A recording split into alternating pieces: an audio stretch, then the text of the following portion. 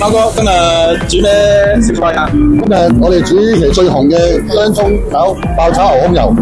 首先咧，俾少生抽，撈咗啲牛胸油先，俾少少粟粉落去。咁然之後我哋處理咗牛肉先。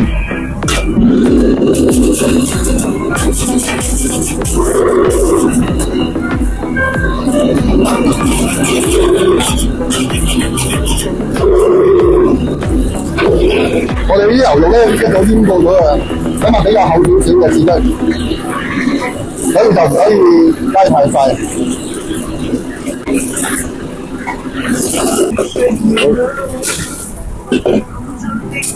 好啦，跟住而家我哋拉呢個牛胸油。牛胸油咧就要分兩次拉嘅，次咧6成油，嗰個我養晒佢先，養晒佢就分兩次，咁啊留低佢，再燒高啲油溫，炸到佢脆嘅，由拉到佢少少金黃色。咁咧而家咧，我哋就煸咗啲洋葱、葱同埋黃椒，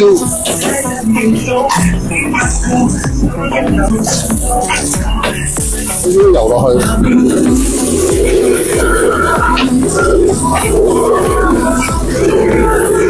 好住，啲水。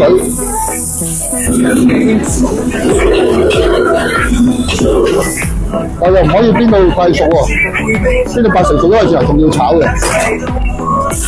好啦，而家就爆馬兜芡，少少鹽，少少糖，味粉、蠔油、生粉。好啦，而家起鑊，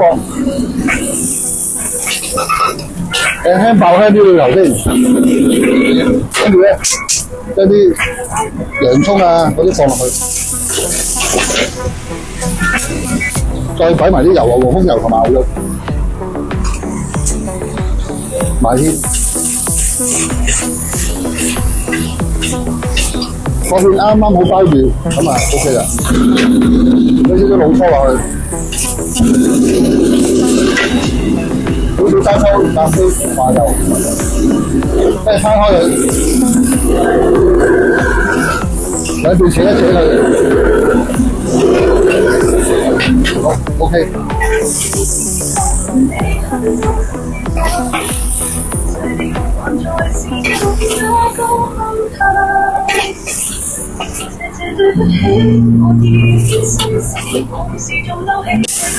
好啦，薑葱爆炒牛胸油就完成啦。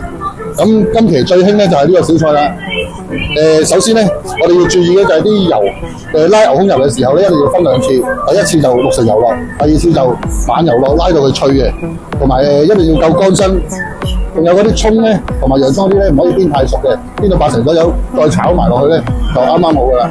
大家如果想預訂呢個餸嘅話，可以隨時揾我啊！多謝大家。